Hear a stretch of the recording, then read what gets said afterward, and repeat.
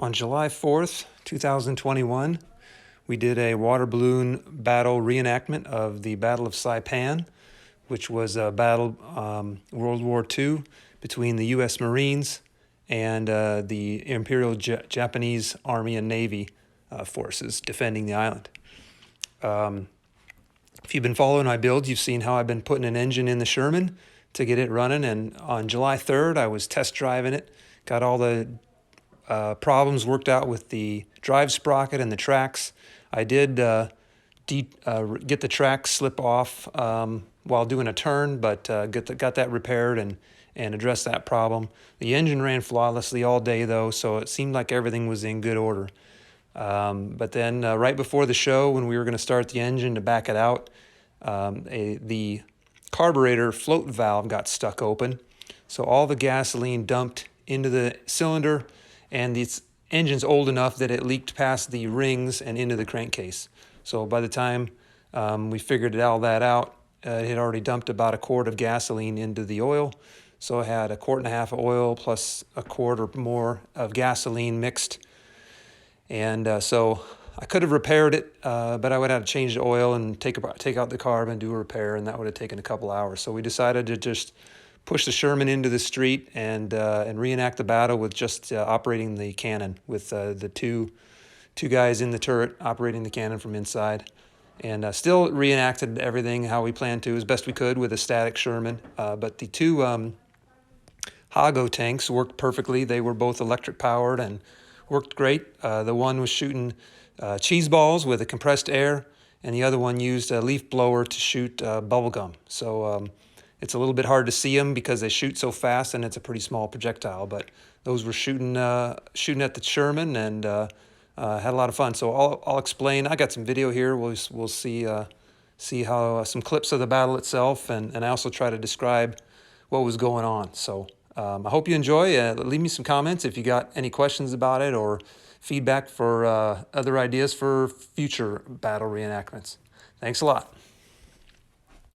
The second paragraph says, "We hold these truths to be self-evident that all men are created equal. They are endowed by their Creator with certain unalienable rights. Among these are life, liberty, and the pursuit of happiness. That to secure these rights, governments are instituted among men, deriving their just powers from the consent of the governed." So basically, our rights don't come from government, our rights come from God, and the government's job is to protect our rights. That's the founding principle stated in the Declaration. The Axis powers in World War II, there were three nations. Any kids can name any of the nations? Axis powers? What do you got? Japan. Good job, that's one. Any I guess who the leader of Japan was? Hirohito, I heard it, very good.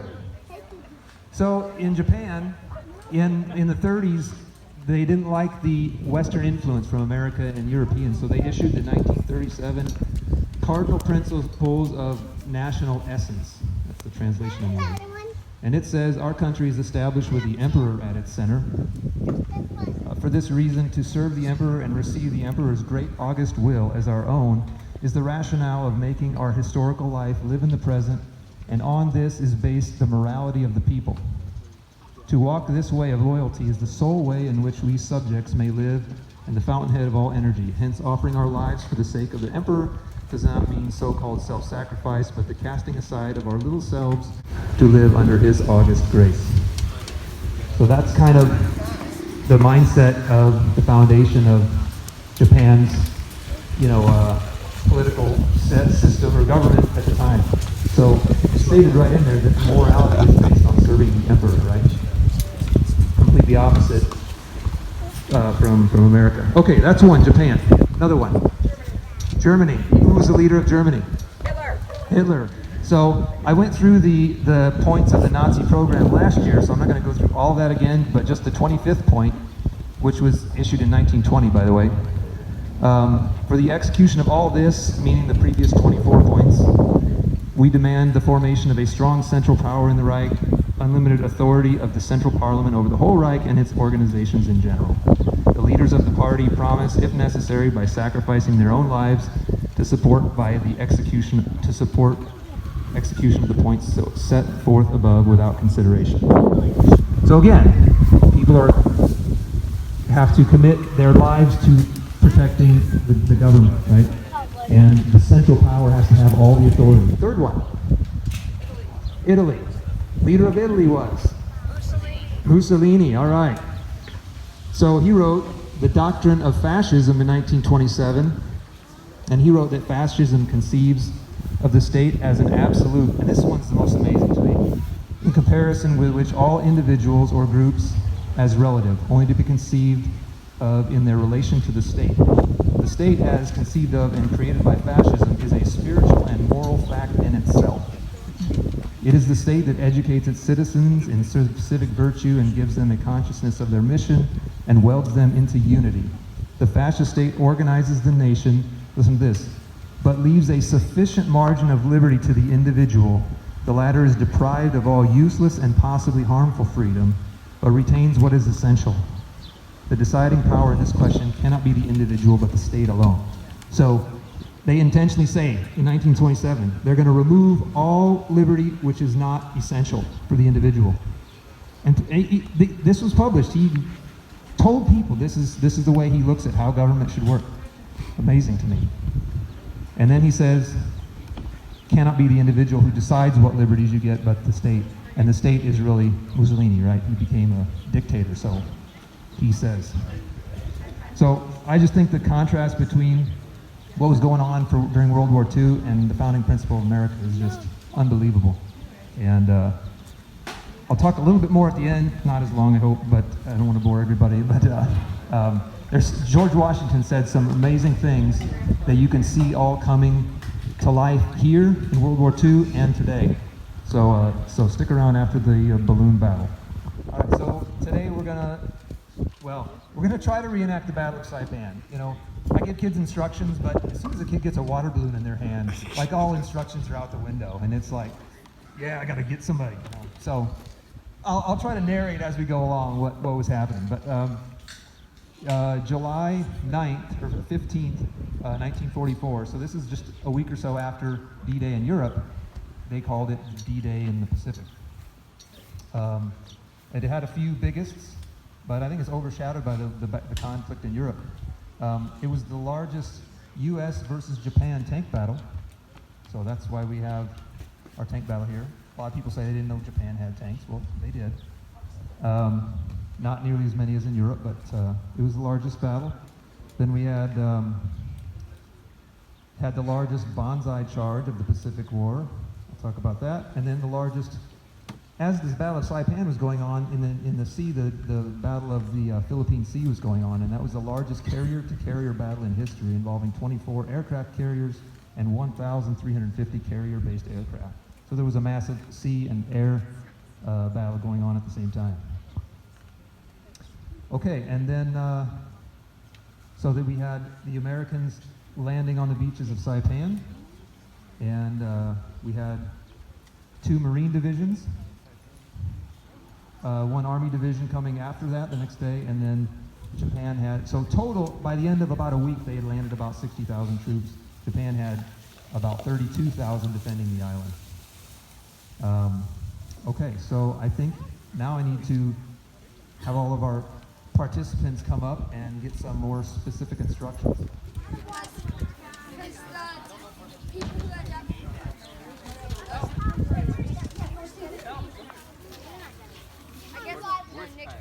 Okay, so for the first day of the battle, the Americans landed on the beach, and so they were just attacked by normal infantry and artillery. So this is just kind of a have at it, have a water balloon battle until you run out of balloons. Ready? Set? Go! Yeah, you can. Oh, I dropped my soda on Abby.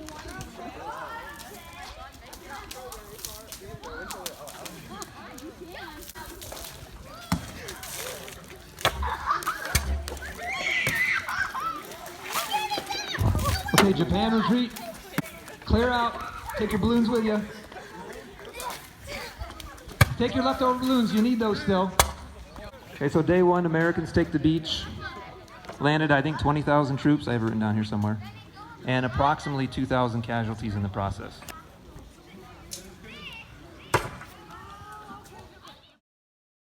So the Japanese were famous for doing surprise nighttime attacks. So that night, they actually did an amphibious assault on their own beach so they could attack the Americans from the rear. So I didn't get a picture of the beginning of the attack, but here you can see that attack coming from the rear of the tank, which is why the turret is turned around in this picture.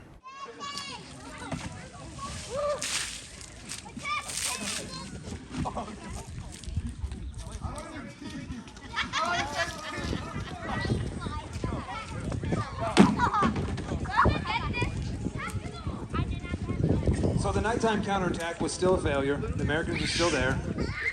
So Japan retreats again. And then the next morning, the Americans advanced and took the nearest airfield. Saipan, I didn't mention this before. Saipan was critical because it had 3 airfields, well 2, and a 3rd one under construction. And it was close enough to the mainland of Japan that the B-29 bomber could reach the main islands of Japan. So that's why Japan was very intent on holding this island. And so the first day, or after that night attack, the next day, the Americans took the first airfield. And then once again, there was a night counterattack.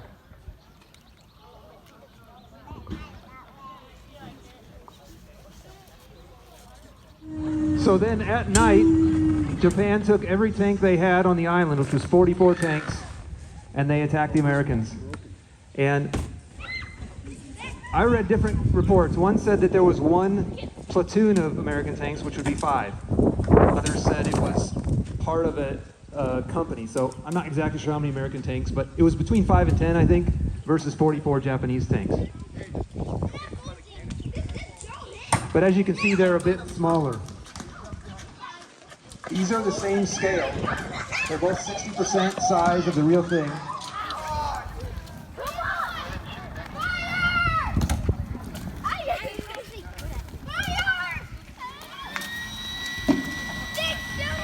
Oh, I hear a vacuum cleaner running.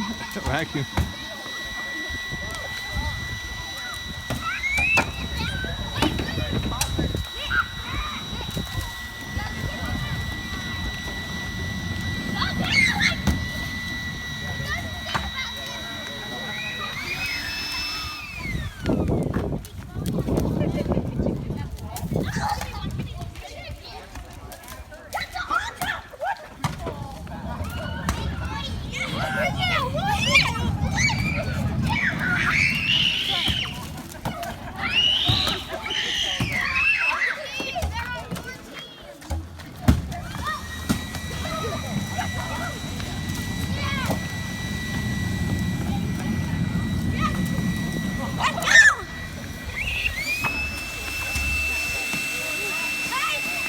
Oh, that was a good one.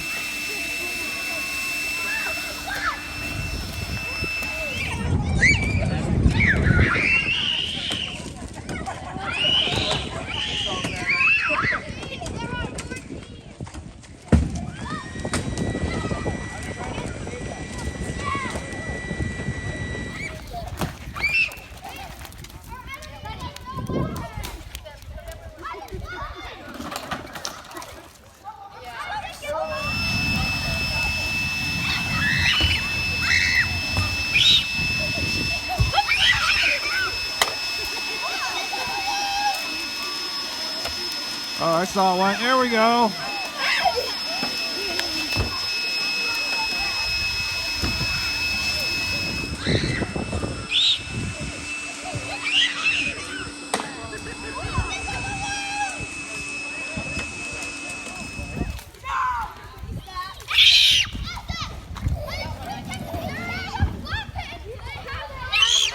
Okay, so what we're witnessing here is 44 Japanese tanks against 5 or 10 American tanks, and 32 of the Japanese tanks were completely destroyed. 12 of them managed to escape, and not a single Sherman tank was knocked out.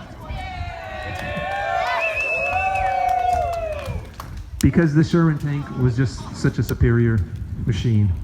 These were designed in 1936, an 8-ton, 3-person tank with a 37mm cannon that couldn't penetrate the armor of the Sherman, even the sides or the back.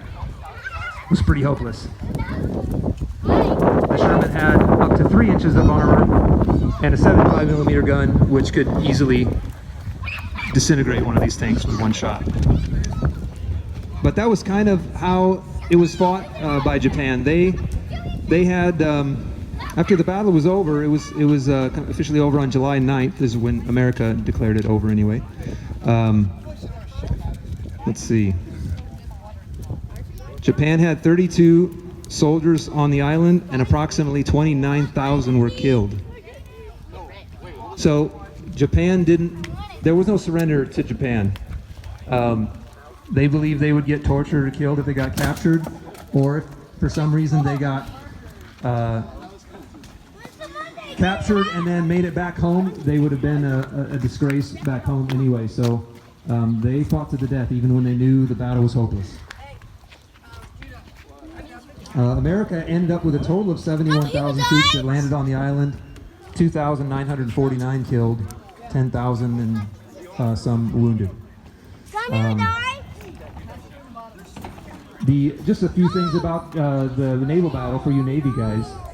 Like I said, there were 15 American aircraft carriers, 9 Japanese carriers, and the naval aviators called it the Great Marianas Turkey Shoot because they shot down about 90% of Japan's airplanes in that battle. They shot down 246 in the first day of the battle alone. So it was a really lopsided battle, both in the tanks and in the aircraft and the Navy. And that was pretty much the end of Japan having any hope of taking the offensive.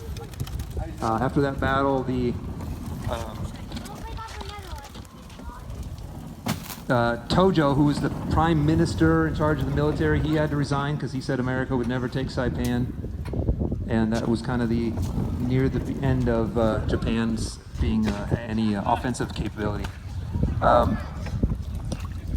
mentioned the Banzai charge. So after that tank battle, about a week later, they were down to 4,000 troops, and they just all charged and attacked with every last troop they had. And like I said, that was just the mindset of Japan during that time. So they charged with 4,311 soldiers, and all were killed. They killed about 406 Americans in that Banzai charge. So it was, like I said, they knew the battle was hopeless, but they felt that was their duty. Yes. Oh, wait, is it gum still? And then, tragically, a bunch of citizens on the island that lived there committed suicide, thinking that America took over the island. They thought they would get tortured or killed, so about 5,000 civilians committed suicide after that battle. Tragic part of that story. All right, so thanks everybody. I hope it was entertaining and maybe you learned something. But thanks. Sorry that the engine in the Sherman was a no-go. That was a big disappointment, but oh well. We got next year, I guess. I want to go back to some of the revolutionary stuff. We declared independence in 1776, and the Revolutionary War, does anyone know how long it went on? 9 years. From 1775, it actually began at the shot heard around the world on Lexington Green until 1783. So 9 years of battle. George Washington was the Lieutenant General of the Continental Army. And then, when was George Washington president? It was 1789, right? The Constitution was ratified in 1788, so then he was the first president. So he had a few years off there and out of public service, and then he was president for 2 terms. So in 1796, when he was not going to run for a 3rd term, because that was still possible back at that time, he decided he's not going to run a 3rd term, so he wrote a farewell address. And it's like 6,000 words. It's a long letter. I only got a couple excerpts I'm going to read, so bear with me. This is just, I think, some amazing stuff, like I said, that applies to what happened in World War II and today. It's just amazing how he was able to understand government and how this all works and what causes things to fall apart. So he said, I have already intimated to you the danger of parties in the state, so political parties. Let me now take a more comprehensive view and warn you in the most solemn manner against the baneful effects of the spirit of party generally The alternate domination of one faction over another, sharpened by the spirit of revenge natural to party dissension, is itself a frightful despotism. But this leads at length to a more formal and permanent despotism. The disorders and miseries which result gradually incline the minds of men to seek security and repose in the absolute power of an individual. Right, so that's the story of Hitler and Mussolini. They were elected into a position in government, but slowly peeled back the spread of power until they had all of it. So, where was I? Sooner or later, the chief of some prevailing faction turns this disposition to the purposes of his own elevation on the ruins of public liberty. It serves always to, so he's talking about parties in the state and the fracturing that serves always to distract public councils and enfeeble public administration. It agitates the community with ill-founded jealousies and false alarms, kindles the animosity of one part against another, foments occasionally riot and insurrection. It opens the door to foreign influence and corruption. Now, why does this happen? In contemplating the causes which may disturb our union, he wrote, one is to misrepresent the opinions and aims of other districts. You cannot shield yourselves too much against the jealousies and heartburnings which spring from these misrepresentations. They tend to render alien to each other those who ought to be bound together by fraternal affection. So that's one cause which may disturb our union. The second one is obstruction to the execution of laws. It serves to organize faction, to give it an artificial and extraordinary force, to put in place of the delegated will of the nation, the will of just one party, often a small but artful and enterprising minority of the community, and according to the alternate triumphs of different parties, to make the public administration the mirror of the ill-concerted and incongruous projects of faction, rather than the organ of consistent and wholesome plans digested by common councils and modified by mutual interest. So he's saying parties of the state causes one party to want to get its own way, right? And so they just fight to win for their way. There's no coming together, no bipartisanship, right? That's my take on it anyway. So those are the two things, right? The misrepresentations and obstructions to execution of the laws. These are likely to become potent engines by which cunning, ambitious, and unprincipled men will be enabled to subvert the power of the people and usurp for themselves the reins of government, destroying afterwards the very engines which have lifted them to unjust dominion. Of all the dispositions and habits, so how do we prevent the fracturing, right? Of all the dispositions and habits which lead to political prosperity, religion and morality are indispensable supports. In vain would that man claim the tribute of patriotism who should labor to subvert these great pillars of human happiness, these firmest props of the duties of men and citizens. The mere politician, equally with the pious man, ought to respect and cherish them. And let us with caution indulge the supposition that morality can be maintained without religion. Remember what Mussolini said about morality. Fascism is the morality. Japan said, morality is based on serving the emperor. So that's, I think, what George Washington was talking about, that we saw happen during World War II.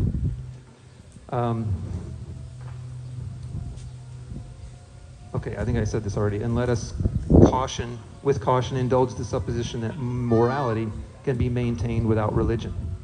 Reason and experience both forbid us to expect that national morality can prevail in exclusion of religious principle. And remember, at this time, 98% of the country belonged to a Christian church. I mean, that was the context he was speaking from.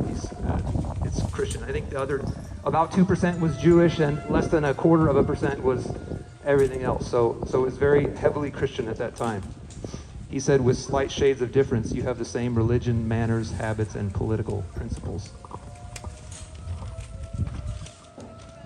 So, like I said, I thought that was just a few points in there that were really relevant today and 75 years ago. So, all right. Well, thanks everybody for coming out. I hope it was fun and maybe you learned something. I don't know. And yeah, it's just an honor to be here and put on this show for everybody. I'm glad you all came and had fun. All right. That's it. I'm out. There's lots of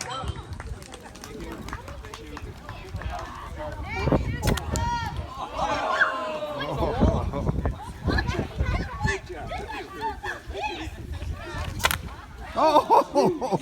That was a cheese ball. No biggie.